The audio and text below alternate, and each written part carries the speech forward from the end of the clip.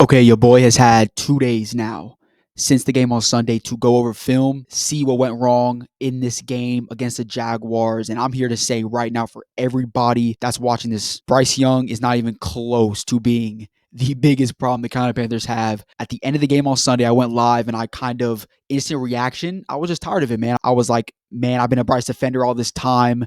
He's the problem. That's not true. When I break this film down for you guys in this video, I'm going to show you exactly why he's not the problem, and specifically the receiver's not getting open, drops. He made plays on Sunday to win the game, but he made the biggest mistakes. Take away the 2 turnovers, the fumble, and the first pick to excel. He had a perfect game on Sunday. But again, the problem with Bryce is he did make the biggest mistakes to lose us the game on Sunday, in my opinion. Okay, that was the only problem, though. Other than that, he was accurate. This Sunday, this week one was different than last year, way different.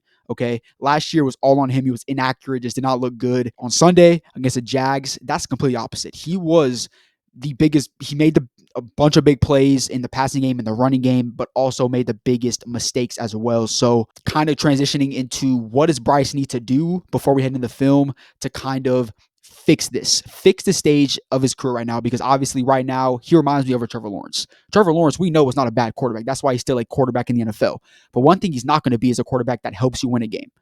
Okay, simple. That's what he is in the NFL, and I'm scared that that's what Bryce is going to be. We know now, when I watch the film on Sunday, we can see that Bryce is not a bad quarterback.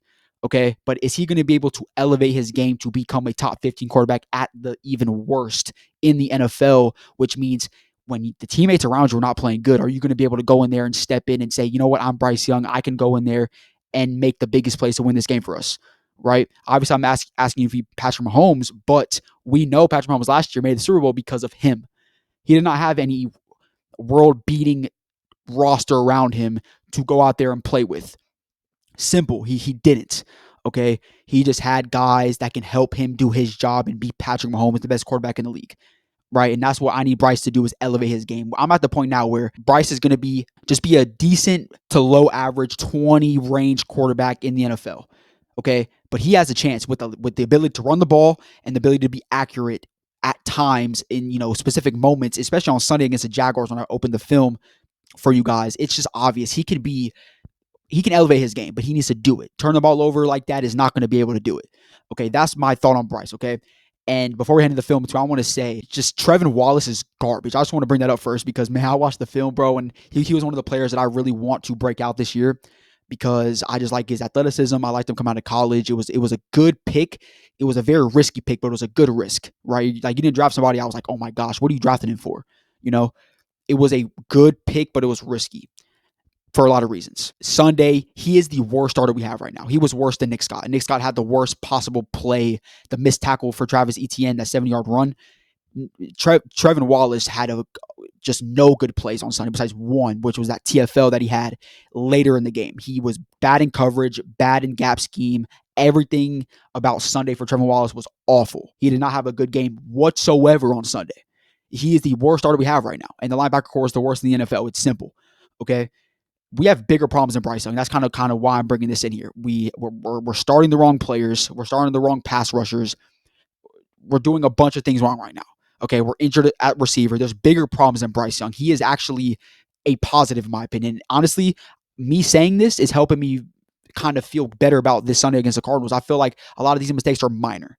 Okay, some of them, linebacker position, Nick Scott, it's just going to be what it's going to be. But I feel like the drops at receiver, the offense can get going. It can get going on Sunday here against the Cardinals, and I think we can win the game. I really do. Okay, Sunday, you can go watch the stream. I was mad. I was saying it was all on Bryce, really. So you're not knowing I'm not a homer. Okay, I'm not just a Bryce fan, like a lot of you guys are probably going to say in the comment section. This is me being objective and me really speaking my mind, and after watching film and just really seeing this is not on Bryce, bro. This is really not. Last year it was. This year, 2 days ago, it's just not on Bryce. And I'm going to show you guys here with these 6 clips, starting with the first one. Okay, here's the first clip that I want to bring up. This is the 2-minute drill, 17-3. You go on the field here and score. And it's funny because we had a lot of these opportunities. Obviously, the fumble before this, we could have tied it up at 10. He fumbles. We're driving down the field on a lot of these and just can't score because of a turnover, because of a bad play. You get past the 50, but you're not quite in field goal range. You punt, you go for it, you don't get it. a lot of these things are fixable, which is why I'm not really too kind of worried about the Cardinals on Sunday. We own them, so this is the perfect opportunity before you go, against an actual good team in the Falcons here in 2 weeks to kind of see what you have against the Cardinals on the road. But this is the first play. You're going to see nobody gets open besides JT. A big zone splits out here in the middle, and he kind of anticipates the throw. Bryce Young, of course, and makes an outstanding throw in the middle of the field here. You're going to see it as I run the play. Austin Corbett snaps the ball, and you can see the seam right here. It comes wide open, and Bryce delivers a dart in the middle of the field to JT. And that's kind of the biggest thing that I kind of want to mention as well is his anticipation, his confidence, his poise. It just looks so much better than last year, for example, in week 1. It just does. Simply, okay, people don't want to admit it, but if you went back and watched the game or went back and just sat and really thought about the game, it's pretty obvious Bryce Young was not even the issue on Sunday. It wasn't him. Obviously, the first pick was and the fumble was, but take those 2 turnovers away, as I mentioned, he had a pretty much perfect game for what he can do. Okay, but it's just like if you want to be that quarterback in the league, you gotta figure out how to elevate your game to become just like that every single week, no matter what your teammates do around you. It's just simple. That's how you become the best in the NFL and becomes one of the best in the league. And can he do it? I think he has the talent to do it. He has one of the best legs in the league. Okay, his accuracy is good at times, great at times, but he needs to be more consistent at it. On Sunday, he was consistently accurate. That's not a hot take. You turn the film on, he was consistently accurate on Sunday. The balls are dropped and just made bad mistakes where people think he was bad on Sunday. Okay, this next play was the big run that he had against the Jaguars. You're going to see, again, no one gets open here. You're going to see T-Mac on the top of your screen kind of gets open in the very late of the play right here. You see the pressure. Josh Nyman gives up immediate pressure to left side, and you see T-Mac right here as I pause it.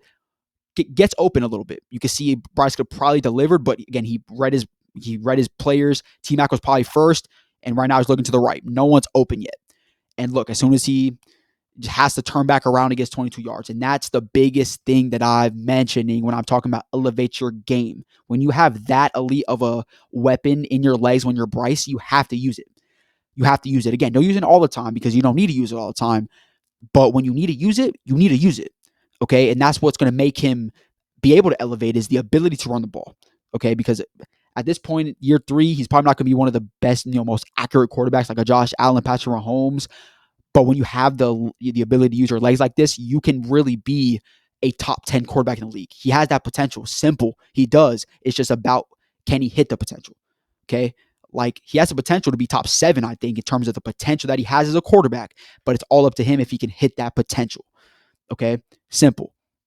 Everybody has potential. Doesn't mean I think he's going to get there. It just means that's where his peak is as a quarterback. It's just all up to him if he gets there or not.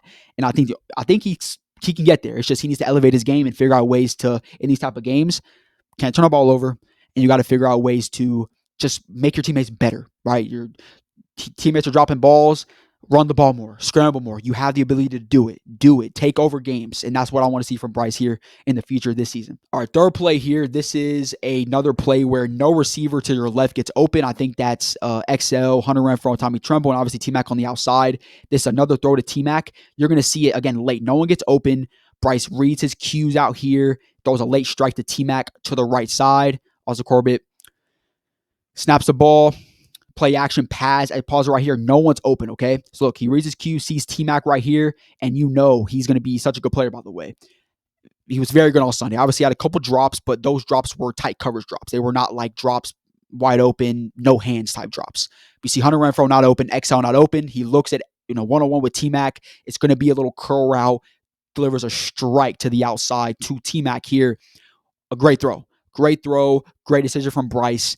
And it's just showing you, man, Sunday was not as bad as people want to just make it out to be. Again, he didn't have a perfect game with the turnovers, all the things that you can pick and choose from Bryce's debut in his 3rd season. But plays like this, he's making the right decisions. Okay. Besides, the only decision that was bad, in my opinion, was the XL pick and obviously the 4th down throw. He throws out of bounds. Okay. Those are only 2 bad decisions. The fumble was just a mistake. You got to go down. You got to start sliding. If you're Bryce, you got to learn that. But looking back on the plays, man, not a lot of open opportunities for his receivers. T-Mac got open definitely the most on Sunday. And he just made his teammates better at times. Okay, at times. He made plays with his legs. He made plays in the passing game to help his teammates out. So So far, so good when I watch the film. Let me know if you guys agree so far with what I'm saying about Bryce. Is not all on him. You can see it in the film personally, but a lot of you guys are just automatically going to hate on him. I get it. It is what it is. Okay, the fourth play right here is the deep pass to T-Mac right here. No one gets open. His fourth down. The Jackson a blitz right here. He has to get the ball out quick, but this is kind of showing you his accuracy and his poise. It's kind of why I'm bringing this play up. For no other reason, but because of his accuracy and his poise that he does have as a quarterback, and he's starting to really implement into his game more consistently. He delivers a strike, and it's crazy to me that people are going to still hate on him when it comes to this game when he was just so accurate all game long. I'm going to see fourth down, they send a blitz. He has to go the ball out quick. No one gets open again. XL is like jogging on an in route right here. He's not even like I don't get it. Honestly, he could have, I guess, got a strikeout here to XL quickly. The corner does kind of launch down quick. I don't know if that's Jaron Jones or what. I think it is because Tyson Campbell is on T-Mac right here in very tight coverage. But, XL probably going to drop the ball anyway. No one's really open. He tries to deliver a fourth down strike. It's a very accurate throw. T-Mac had to, try to catch with one hand. You could argue PI, doesn't matter. Good throw. Dak can actually going to get better and better every week. Again, there's things that you can pull from this game and like after watching the film, which is not happening last year. But this year, week one, it's different. I think there's a lot you can pull out from and really say. And again, I'm going to be disappointed if it comes out to where like we go against the Cardinals. This happens. Because if this happens again on Sunday against the Cardinals, it's just kind of what it's going to be all year, I think. This is your opportunity to really flip the switch and figure out what went wrong on offense and figure it out if you're Dave Canales. Simple. Okay, the fifth play here is another run play where he just makes a good decision. And that's kind of want to bring this up when it comes to Bryce is because, again, this is not a big play, but no one gets open once again. No one gets open again. He kind of stands in the pocket. He's patient, and he runs the ball. Last year, Bryce in week one makes a bad decision, makes a tight throw, doesn't scramble, and just, again, makes a bad decision, but not in this play. Again, you're going to see him snap the ball here. Austin Corbett gives him the ball. The protection is very good on this play. Gives him time to scan the field. No one gets open. Pause right here.